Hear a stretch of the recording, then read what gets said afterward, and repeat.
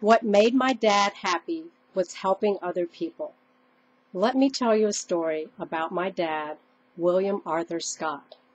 One of my fondest memories was my 8th birthday. My parents gave me my very first slumber party, and naturally I invited my closest girls. 3 of you are here today. We played games, ate ice cream, watched TV, and stayed up until the wee hours of the night in our pajamas, sharing lots of important 8-year-old girl fun. My dad helped to make it all so special. You see, as is typical, we all wanted a bedtime snack. We agreed on only one thing, some variation of a peanut butter and jelly sandwich. That's where the similarities ended. There were 10 of us, so my dad, always the king of the kitchen and the host with the most, proceeded to take our customized orders.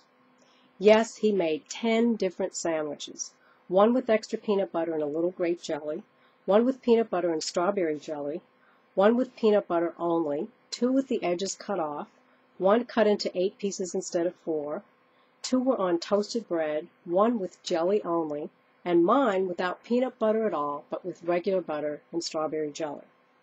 My dad put all of his love, patience, and attention into making those 10 bedtime snack sandwiches, as he did into everything in his life.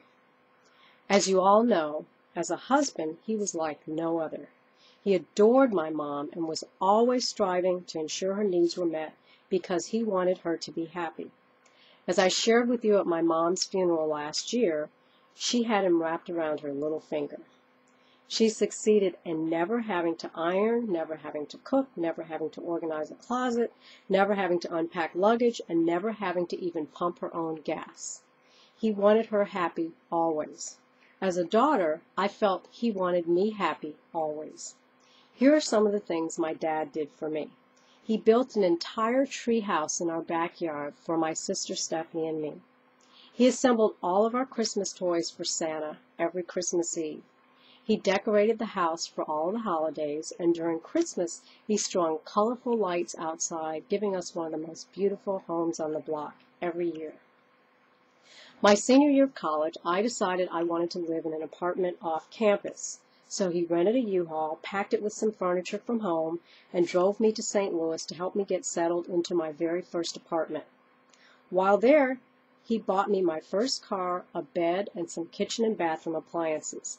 He built a cabinet for me with his bare hands that held all the sweaters in my bedroom. He painted the walls, hung curtains, and organized the storage room.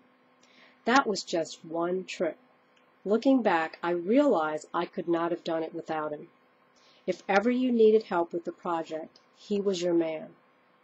As an adult, every night I was in town, he worried when I was out after dark here in Chicago, and in fact, he insisted I called him on my way home. He would walk out to the alley and watch over me as I drove my car into the garage. I always felt safe and protected with my dad. His creativity knew no boundaries and was evident in the way he helped to dye our Easter eggs with a variety of designs and colors, and in the way he beautifully did all of the gift wrapping for the Scott household. My dad is the one who patiently and diligently taught my sister, Stephanie, and me how to drive. I can still do a mean 3-point turn because his instructions are forever emblazoned in my mind. Something else you should know about my dad is that he was a really honest man, the most honest man I've ever known.